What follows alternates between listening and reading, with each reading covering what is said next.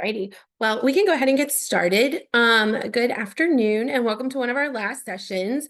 My name is Lauren Barker and I'm going to be the host for this session. I'm going to go ahead and introduce our speakers for this awesome presentation about a program that we have here.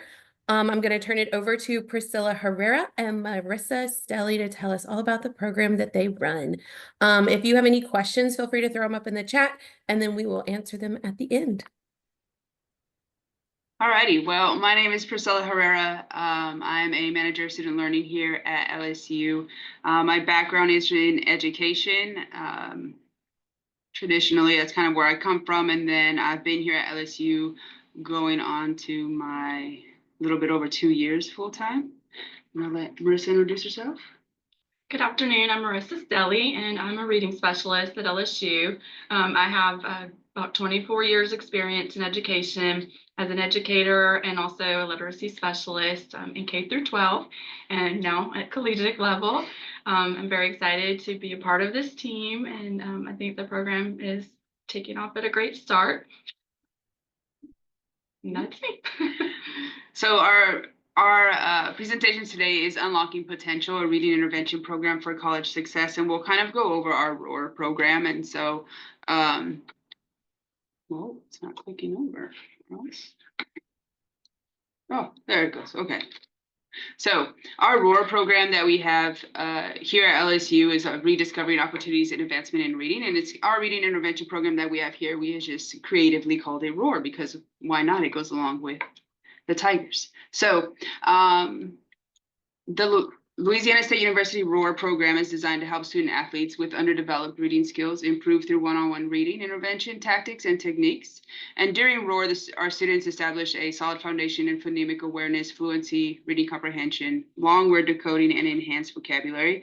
The goal of our program is to graduate our student athletes out of ROAR with a set of skills to succeed at the college level literacy rate. And so today we're going to look at this particular program. We're going to look at why we felt we needed to have this program for our students.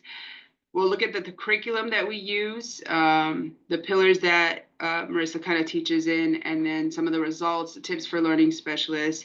And we'll also look at when you can start to see these try to develop with your students at the elementary level, for the most part, is when you see it. So the first one is, why did we feel like we had this need? Why did we think we need it?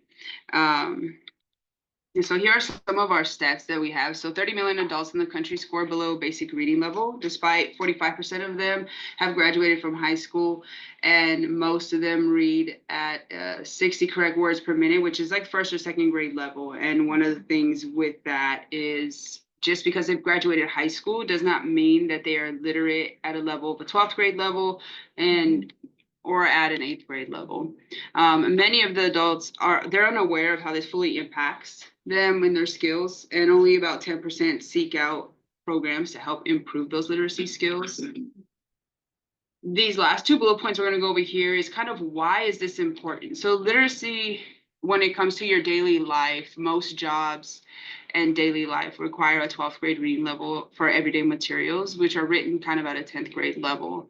But when it comes to applications to fill out to even get the job, that's like 9th grade reading level. College textbooks are written at a 10th or a 12th grade reading level, which highlights the importance of like our literacy success there. So that's kind of how this impacts them beyond their academics. These are actual like life skills that will help them as they go along. And when did the struggle begin? So adults who struggle with reading and writing often have early foundations in 3 challenges. Most of these students perform poorly in 8th grade and 12th grade level, but you also notice it at the 4th grade. They struggled at the 4th grade level. So that's being able to see those diagnoses kind of early in elementary. And then another stat and report that we pulled was in January of 2025, the National Assessment of Educational Progress. So their report showed there was a continued decline in students' literacy level pre-COVID. So this was before the pandemic started. We started to see some of this decline when it came to literacy levels. And then fewer than a third of students nationwide are performing at the proficient level in reading. which is understanding and interpreting the written text. So kind of looking at their comprehension levels there. And then there's three kind of main factors and reasons as to why students struggle. ADD or ADHD is one of them. Another one is learning disabilities, primarily dyslexia. You'll see students who have learning disabilities in reading often have dyslexia, and then executive functioning issues or anxiety when it comes to reading. Okay, so our components of the ROAR curriculum are based off of differentiated instruction and structured literacy. So differentiation means that you are tailoring the instruction to meet the individual needs of that student. And we make it is diagnostic and prescriptive. So it's not a blanketed curriculum that came prepackaged that we are issuing out and teaching to these students. You know, we collect data, formative assessment, summative assessment, qualitative and quantitative. And we look at all data points and recognize, what particular issues or deficits these students are facing and how can we address that in the sessions. So that shows that, we are wanting to improve their learning outcomes, increase self-awareness with that. It's not just about, what we're looking at with data numbers. I also talk with the students and I take anecdotal notes every day and I see, what do they feel that they're struggling with? What have they noticed over their 12 years of schooling that they felt that they need to work on? So it's very personal. They have a safe space. Most of these students that struggle with literacy or have had a diagnosis, they have anxiety about it. They feel self-conscious. So we want to make sure they have a safe space where they're not feeling that the areas they struggle with are being highlighted, so we're there to help and make it, personal and what they need. So that helps increase their engagement in it, when they feel they are vested in it, it pertains to them, and then just creates a deeper understanding with them of why they're doing what they're doing and they're with me. And so if you look at the circles, they have 2 points that I would like to showcase. It's that when we are doing the ROAR curriculum with differentiated instruction and structured literacy, there is evidence-based. So it's evidence-based elements for the 5 pillars, and I'll go over that, again in the next slide. But it starts with phonological awareness, then you move into sound symbol, the 6 syllable types of the English language, morphology, syntax, which is grammar, semantics, which is meaning, and morphology is the study of words. So there's a structure to what we're going to cover in the ROAR curriculum, and we're not just pulling it, from random areas. It's science-based and it's, a structured purpose. And so they're also evidence-based, with it is systematic and cumulative. The skills that we are covering, they go at a scope and a sequence. So, we start with areas that, foundational areas, and we're moving into comprehension skills, and it builds. And it's explicit because a student that is struggling at this level or has been struggling for many years, you can't assume that they have foundational knowledge. Nothing is intuitive at that point. So you have to pick apart, all of the major components and make sure that they do, have a foundation with that or you build on it. So that's where it makes it diagnostic because, it's a, diagnostic and a prescriptive approach. We're not just having a blanketed approach. It's based on what their needs are. So then if you take those 2 components and then you see the wheel on the end where it makes it what is considered effective reading instruction. I'll move into the next slide, and I'm doing the wrong button. Okay, so when I mentioned those essential areas of literacy, I'm talking about the 5 pillars. And if you look at the graph, you have your phonemic and your phonological awareness and phonics at the bottom end of it. And then it moves up the staircase to fluency, vocabulary, and comprehension. So those are the 5 most essential critical areas of being functionally literate. And everyone goes through these processes and it's very dynamic. So in lower elementary, they are focusing more on phonemic awareness, phonics, fluency. So you'll see, that's where younger grades and elementary grades have a focus point. Upper grades and particularly college, they are focused more with vocabulary comprehension. And then fluency comes into play because that's the bridge. So you will notice a student that has struggles with reading, has struggled with fluency. Oral reading fluency is what I'm referring to. because that's reading like we're talking, and listening to them. Can they read correctly at a certain speed? Typically a student after ninth grade is reading at 135 words per minute correctly. Whereas, the data we saw earlier, a struggling reader maybe at 60 words. So it's a huge obstacle they're facing. And so fluency is where you'll notice it first with students, and then you'll try to figure out, is vocabulary affecting their reading struggles, is comprehension. But based off of what we do with the ROAR program, we look at, are there deficits in the foundation with phonemic awareness, which is sound-based. That starts in pre-elementary and then, pre-K, kindergarten. And then when you move to the printed form, it's phonics. And so if there's weak links in that foundation, as needed, we'll address that, in ROAR. But the main focus of ROAR is going to be fluency, vocabulary, and comprehension. And we try to make it, so if you see the wheel, all those areas, those 5 essential areas, are what's being pulled at in that program based on that student's need.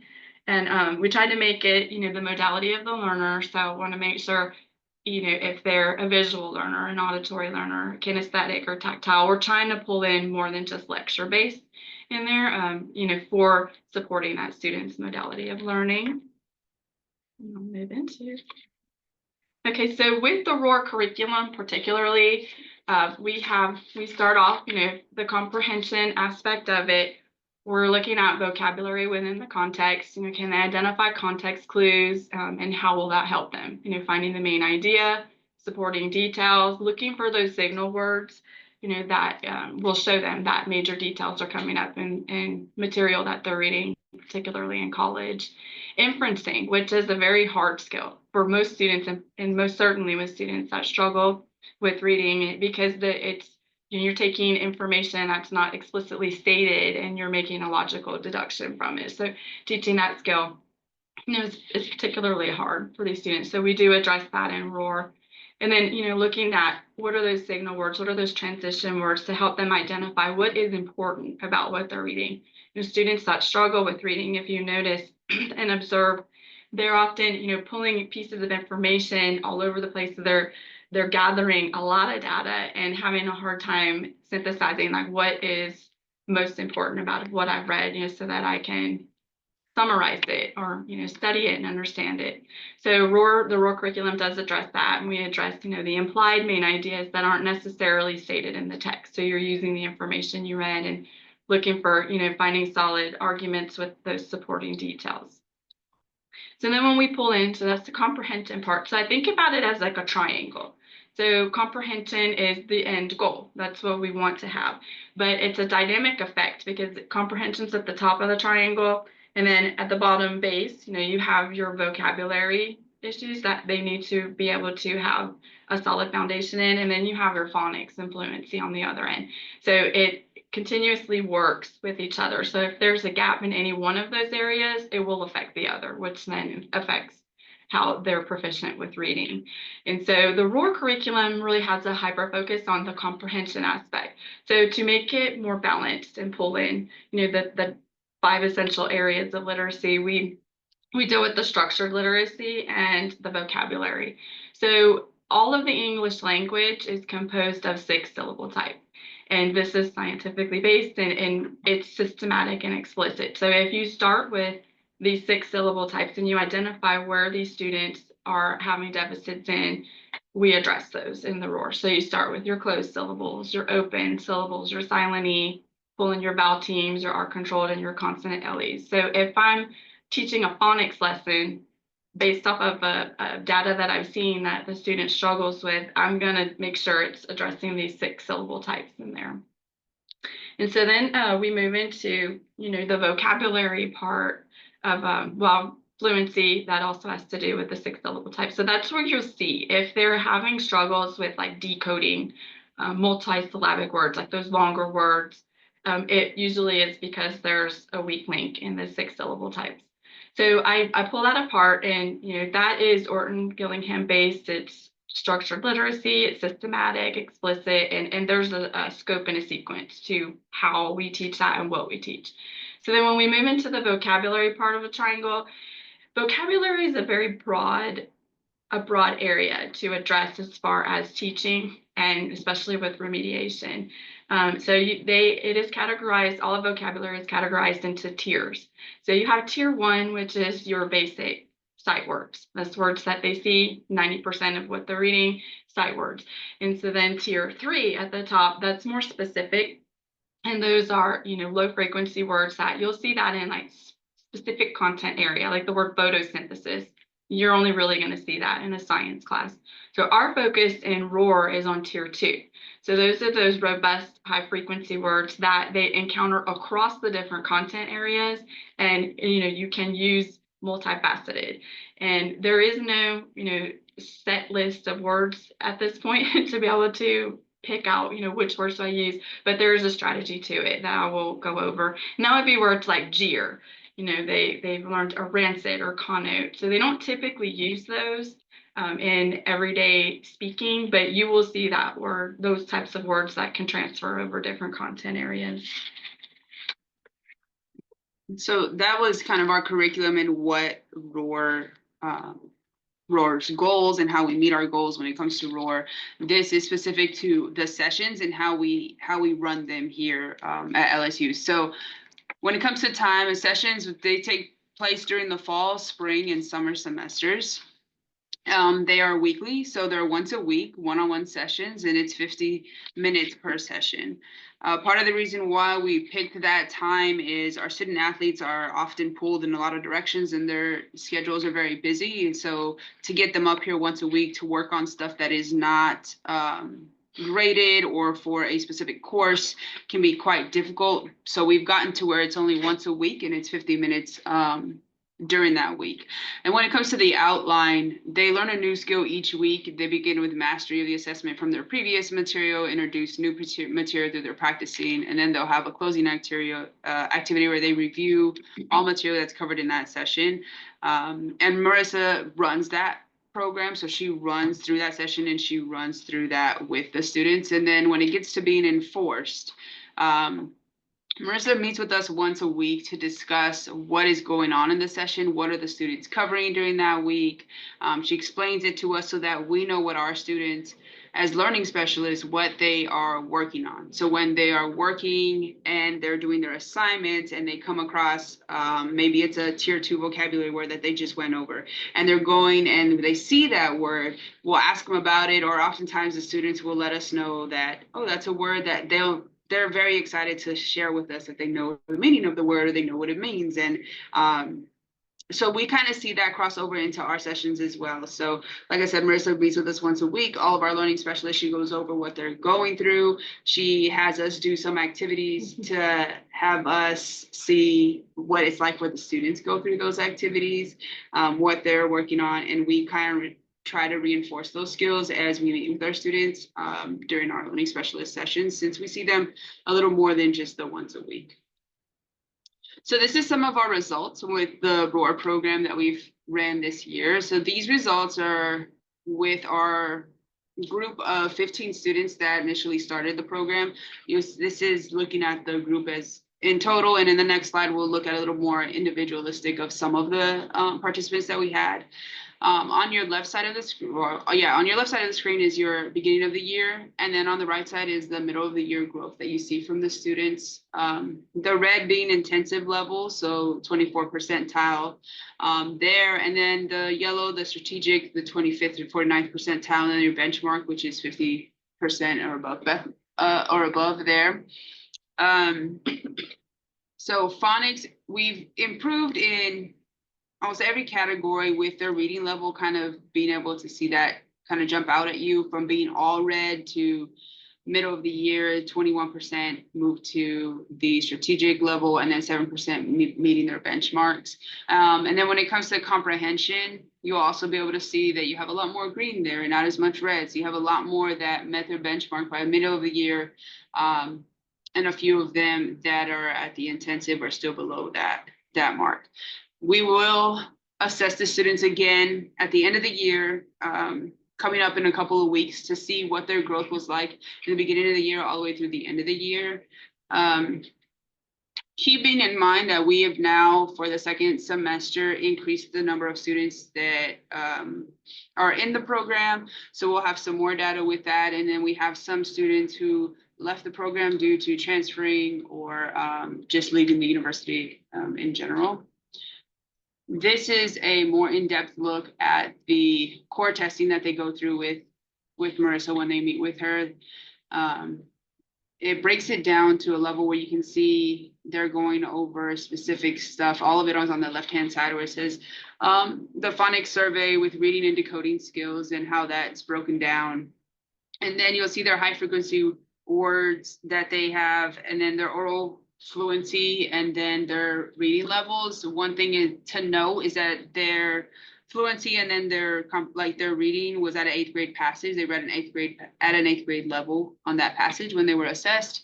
And then another thing that is really highlighted with us is their independent reading levels and then their frustration levels when it comes to reading. So the instructional level is kind of what we focus on, and that's kind of where we try to teach our students is at that level, because that's their instructional level, understanding that they might get frustrated when they're trying to read directions or read something from their courses, and it's higher than that level, and they're trying to comprehend, but some of the stuff just kind of goes over their head, and our job is to kind of break it down, get it down to whatever their reading level might be.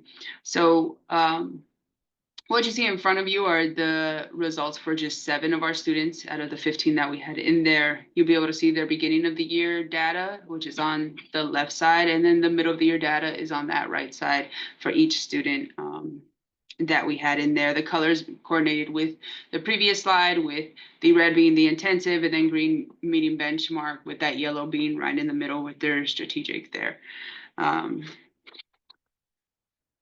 And then we'll move over to our tips for our learning specialist here.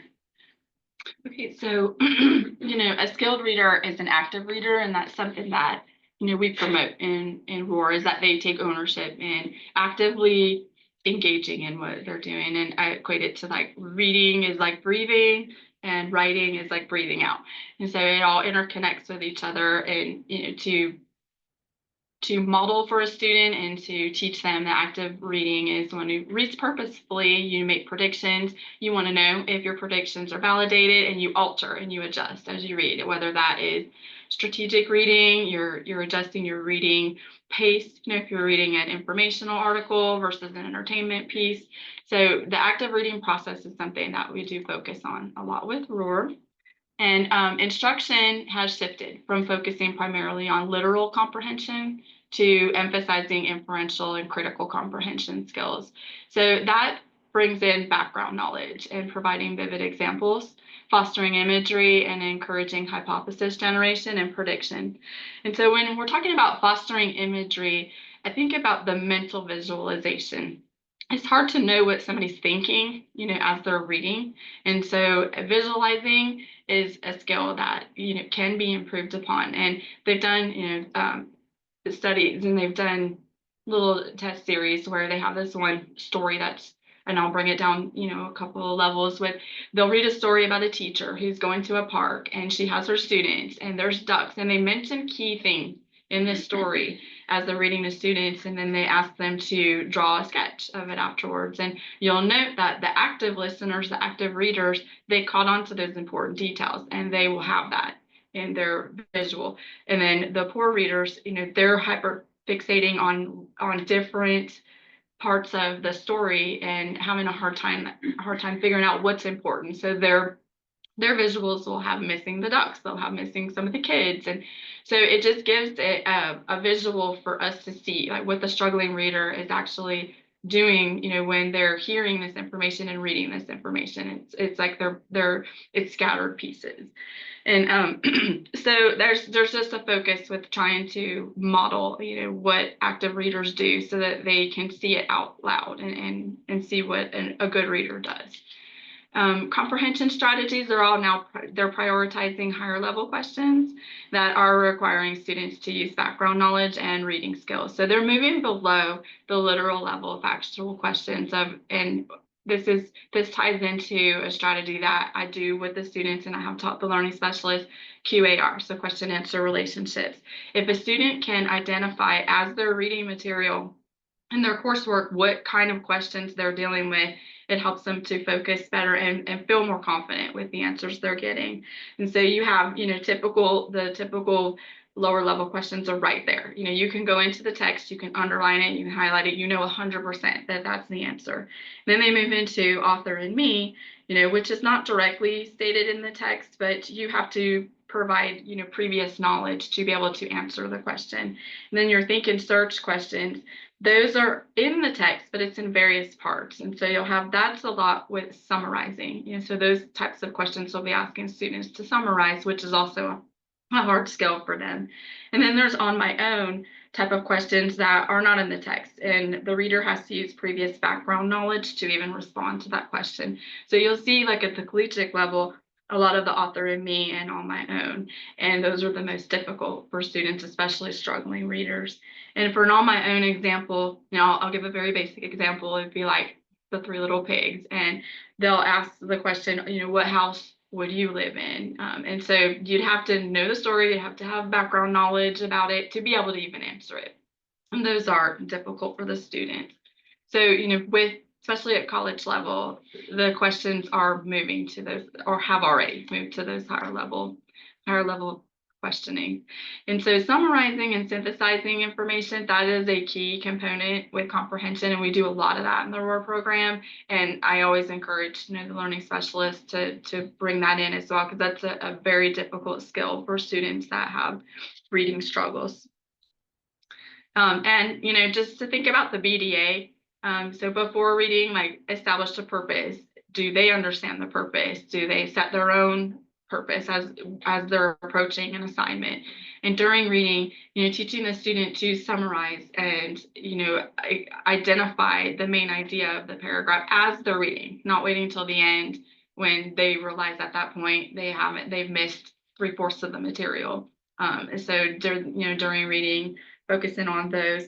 And then after reading, again, summarizing. And that's at the point where if you need to use graphic organizers, which we do a lot of, and especially like two-tiered note-taking and paragraph shrinking. So that's when you pull in, those graphic organizers that are really good for students that struggle with reading. And summarizing is one of the biggest things that I do with the students, and I encourage, because they can get like a 34 percentile gain. It just zoning in and honing in on that, it takes a couple of semesters, but it'll really prove like a high yield output for students that need that.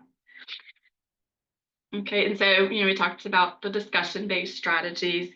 Those are active learning, and so a lot of discussion is so important for students that are struggling with reading. Modeling it, I will do that often, and it sounds crazy, but a good reader, they do it instinctually, or they learn the strategies and they're fast about it. So a student that's struggling, if you stop and model it for them, they need to see that. They need to see the thinking process. So I'll take a passage, a difficult passage, and I start reading it. And out loud, I start talking about, I got to go to the grocery store. I forgot to do this, or I'm not feeling good today. And then I look at them and I'll ask them, what did I just read? And they're looking at me like I'm crazy. And I'm like, this is normal. Everybody does this. So I call it fuzzy brain reading. But the good skilled readers will realize they're doing it, and they go back and they fix it. A poor reader won't. They'll just continue to the end and think, I'm done. I should know it all. And then they don't, they miss out on that. So just teaching those strategies of them to be active with it. And that's part of reciprocal questioning. So if they stop periodically and they ask themselves, what did I just read? If they cannot answer it, then they weren't actively reading. And then the QAR strategy is very good again, and we talked about that a few slides ago. So with active reading, text structure and text feature is very important. For students to, if they have bolded words, if they have graphs on the paper, authors do not like to waste space. And I just witnessed this last week where a student was like, I don't have to read that. It's in bold and parentheses. And I'm like, actually, you do. That's the most important part. When they're highlighting it for you, definitely take the time. Okay, so then we have our vocabulary development with, our tier 2 words. And those are very important to highlight, especially, with identifying that in content area material, and there are strategies for that. And I like to use the example, non-example. So not just going over a definition, but making it in friendly terms. I'm sorry, my voice is going out. I'm getting over bronchitis, so I'm so sorry. Um, and then organizational strategies that assist in text comprehension. I will say that when we go to the active reading strategies there, one of the things that I use a lot with my students are the signal words, like realizing what is coming next, or if there's something where it's like first, then, after. So we look for signal words to help us when it comes to summarizing or even outlining different things there. And then when it comes to the tier 2 examples and vocabulary, like Marisa mentioned, our students will use those quite a bit in their example. She'll mention their examples and non-examples, and they'll be able to kind of tell us what that means whenever I see my students in their sessions. And then we have like she mentioned, the organizational strategies.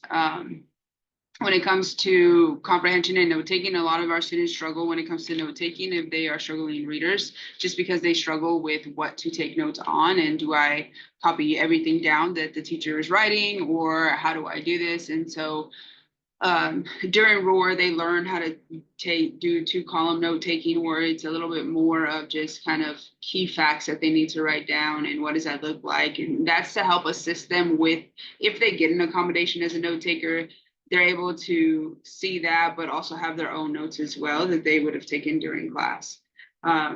We wanted to end a little bit early just to give time for any questions that you guys may have for us, anything about the ROAR program in particular, or when it comes to reading in general.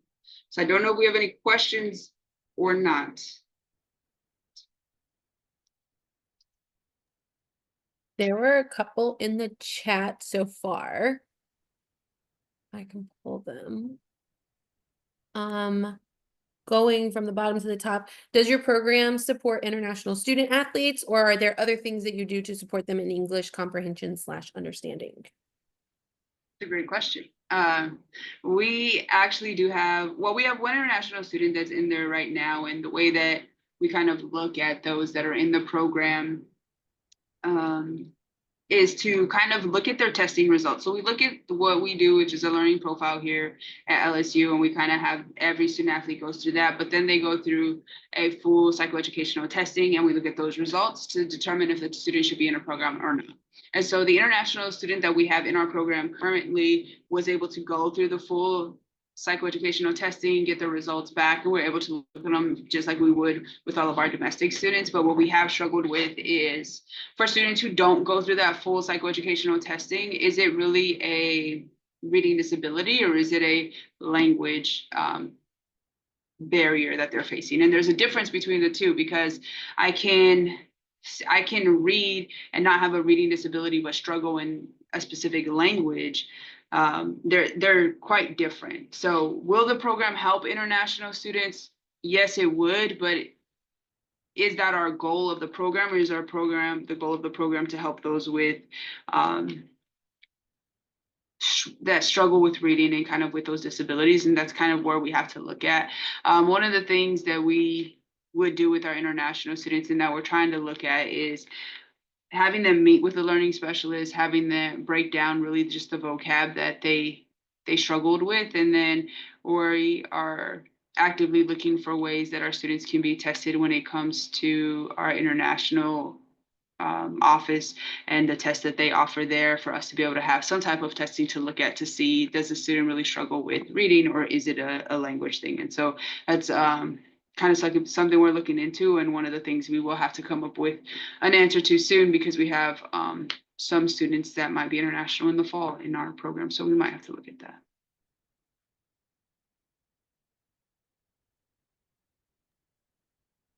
Okay, another question that was in the chat is, Orton Gillingham your curriculum, or are you developing your own resources and activities to develop skills? Also, how are you assessing them to see growth? Is there some kind of specific benchmark assessment? So that's not our actual curriculum. That is what Marissa does a lot with the students is because she was a reading interventionist for quite a few years at the K through 12 level. She'll bring in a lot of the knowledge that she has and ties it into the curriculum that we have here. And so we kind of pick what's best for our students and what is it that they really need and what our necessity is, because we often don't have the time for them to go through.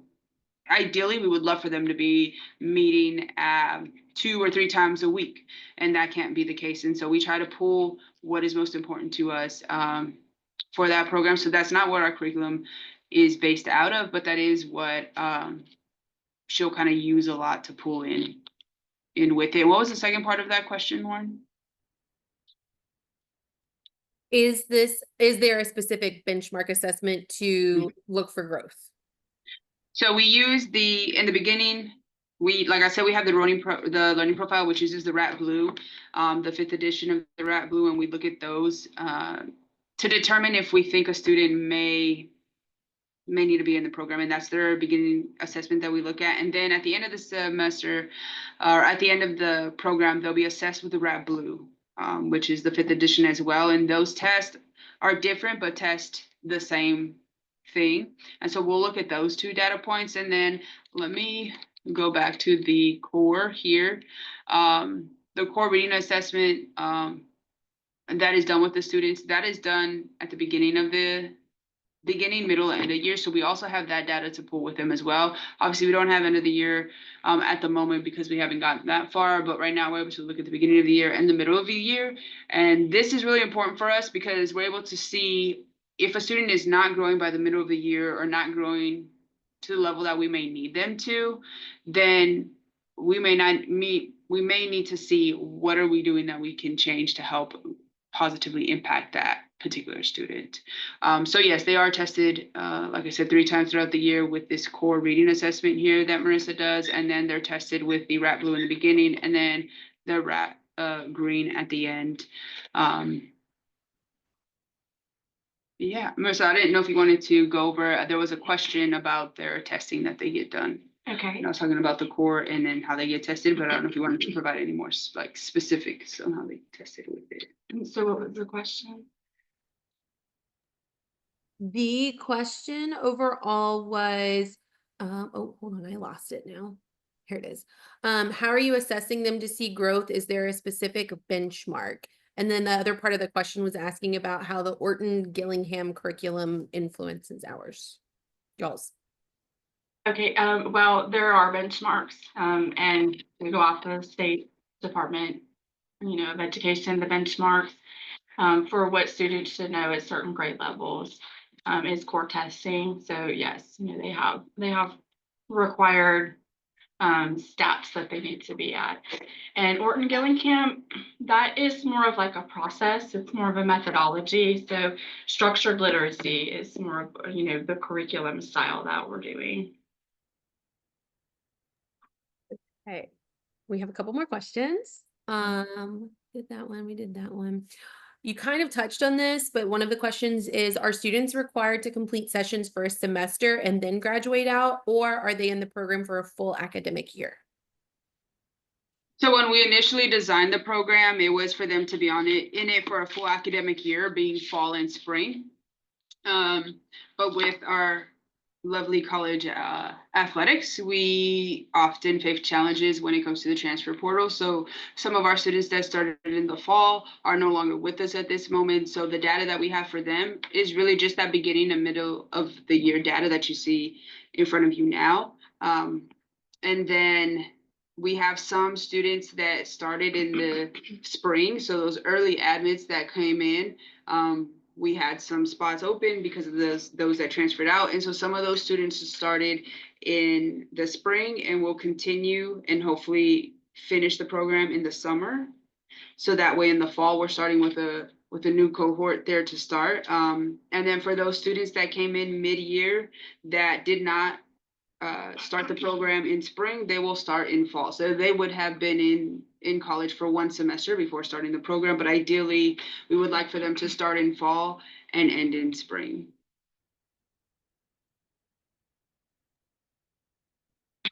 Okay. We have another couple questions. Is the reading interventionist in-house with LSU Athletics, or does this position operate as a third-party contract? So the way that we function here at LSU, we technically are not under the umbrella of athletics. Our department reports to the provost and that way. So no, we're not under athletics. Our reading unit specialist is not under athletics. However, they are with our department, and so they are an employee here of AXA. And so they are with us. It's not a third party. She has a contract here with us.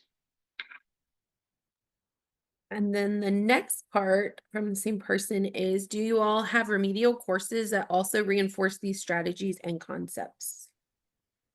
So we do not have remedial courses here. But one of the things that we are noticing or that we are seeing kind of started this semester is students who come in with kind of lower testing scores may have to take a supplemental course in addition to their English course. The admissions is the one who flags them for that. We don't really flag them for that, but we don't offer remedial courses here at LSU.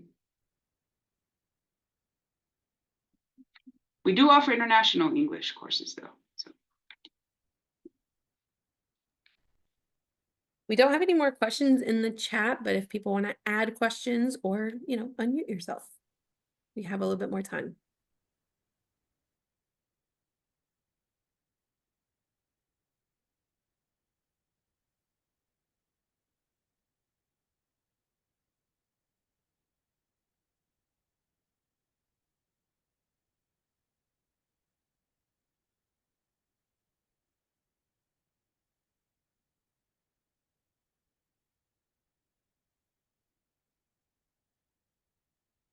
Alrighty, well, I guess if that's it and you don't have any more questions, we Just want to got thank. one more.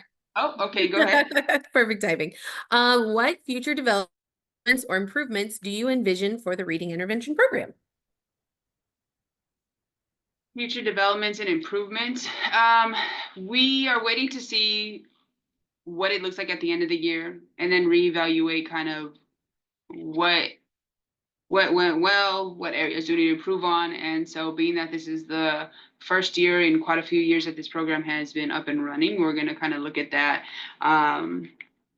When it comes to, there are some challenges that we have to kind of address and figure that out. And one of that is the transfer portal, as I mentioned before. The transfer portal for football opens again this month. So we will have that and see what that looks like for us. So the transfer portal is one that we're having to kind of look at, and as well as the international programs and what do we do with our international students that didn't go through full testing. Should they still make the program? Should they not? Is it diagnosed as a reading disability? Is it not? And so those are some of the challenges that we have faced and kind of some more questions that we have to answer for our program. Improvements, ideally, I think in a perfect world, Marisa would be full-time and we would be able to have an entire program ran with being able to help majority of our students, and we might even have enough to help to have 2 full-time reading specialists with us, but that just depends on funding and the way that athletics is running right now with all of our NIL stuff. There's just a lot of questions up in the air when it comes to that. So that's kind of where we're at. And then one follow-up question to that, are you able to meet with everyone who meets the criteria for this program? If not, how do you determine who is selected? Great question. Mm-hmm. Like I said, we look at their full psychoeducational testing, and that kind of determines when we look at that, who is able to get in and get out. Yes, we do have a minimum of what the students need to have to get in. When we look at their learning profile, we specifically look at their fluency, their reading comprehension skills, and their composite skills to see kind of where they scored in that area. to see who might need to get in. And then we look at their full psychoeducational testing, which breaks it down to a very micro level on how the students do on very specific skills. And so when we look at that, we will actually have Marisa joining us and looking at that as well, so that she can give in her expertise in that area to see which student would benefit most based on the skills that she is teaching, and which students kind of need that. And so that's kind of how we determine who gets in and who is not. And for those that maybe needed the help or were on that borderline but didn't get in, more often than not, they're on a learning specialist caseload, and we kind of monitor how they're doing with the learning specialist at that point. But we have so far been able to kind of help those students that we've needed. And that's led to a new question. Do you have buy-in from academic advisors and coaches for these interventions? Since these are in addition to coursework, is it difficult for the student to understand the benefit of this extra work? Yes, and yes.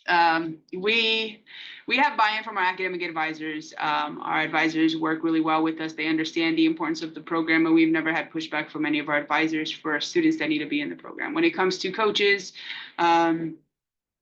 just depends by sport, but we haven't really had anybody ask for a student not to be in the program. When it comes to the students and the buy-in for the students, we do have that struggle. I think a lot of times the students come in with undiagnosed disability. So this is something that they've never faced before. Someone has never told them or tried to explain this to them. And so I think that becomes a challenge for them to have to sit there and really focus on academics. And if they're already struggling in academics, and then you're asking them to do something that they really struggle with, and they know that they should be able to understand it, and they don't, they get really frustrated and they don't want to be there. And so I think our program is able to run the way that it is because of the support we have from our advisors. And it's not just Marisa telling them they need to come to the program, and it's not just their learning specialist telling them they need to come to the program. It's also their academic advisors that's also letting them know that this is important. But part of how we try to get the buy-in from the students is we have to review their psychoeducational testing here as learning specialists. We are the ones who review it with them. And part of that, when we discuss the diagnosis when it comes to reading or areas that they struggle with in reading, and then we let them know we have a program here that's going to help you with this. And so they understand why they're in there. It's not they're not in the program and then it's like they never knew why they were in the program. They understand why they're in the program. That doesn't always mean that they're happy and excited to be in the program, but yeah, we've had support from our advisors, and yes, it is a struggle for some students to buy in.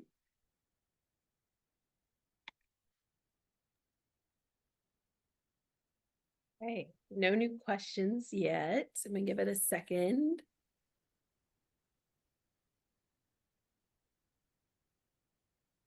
All right.